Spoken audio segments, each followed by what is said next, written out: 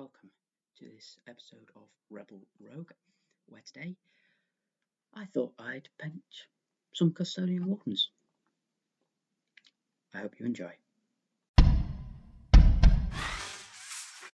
Rebel Rogue. So, to begin, I used Vallejo's Extra Opaque Heavy Red to paint all of the red fabrics. This does include the drapery down the front of the model. Is it a loincloth, skirt, half skirt? Don't quite know what it is. But anyway, I painted it red. I am going with a very classic Custodes scheme here. A, because I like it. B, because it's good to show off how to paint gold. And, well, it just generally looks really good. And it's also the most known colour scheme. I think I did 2 coats of this. Ended up doing. Now using Vallejo's Tinny Tin, though if you have it, you can use tin bits. I painted in all of the armour. There is a reason for this, and it's because it gives us a bit of shading and somewhere to go with our gold. It's especially quite good if you're working with a different colour, for example brass or bronze, as they tend to not cover quite as well as this colour does. I would recommend thinning it slightly and using a bigger brush than what I used. I am painting at the same time as this a squad of 3, and I'm also painting the Shield Captain. So,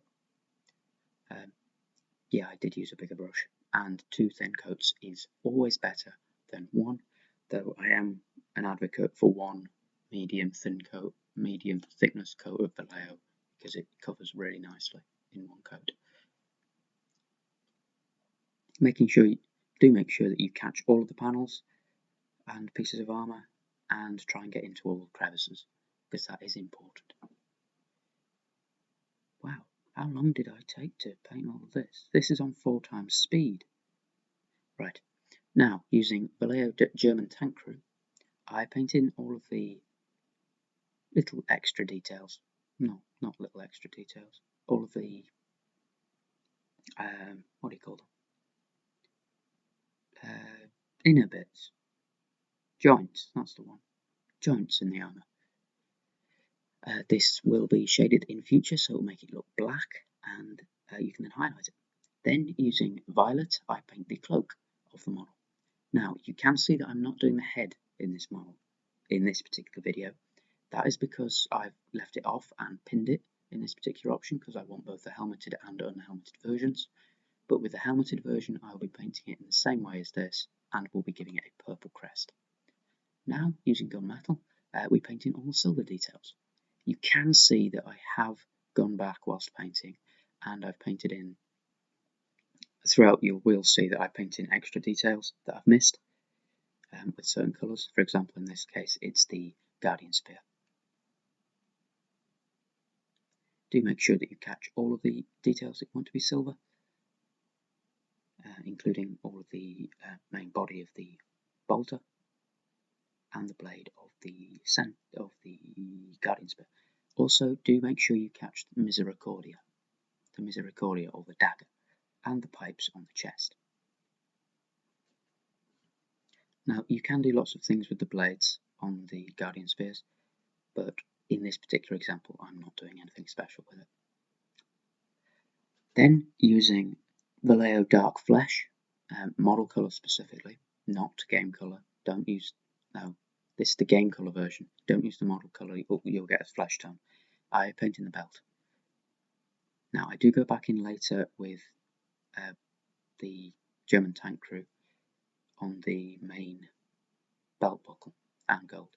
And now, using several colours of wash, as you can see in the bottom left, using brown, violet, and black, I shade in the relevant areas on the model.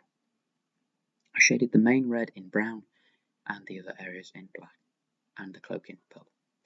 Now, using Retributor armour, I very carefully pick out the inner armour panels, the main armour panels, not the details on them. Now, I do leave the recesses shaded in the Tinny Tin, and you will now see why we started with Tinny Tin. You can, of course, start with Retributor armour and shade it, but I do quite like the darkness that you can get from using tinny tin and the shadows. Now, using the other colours, all of the colours we've already used, I go back and what do? I reset the base coats on all of them.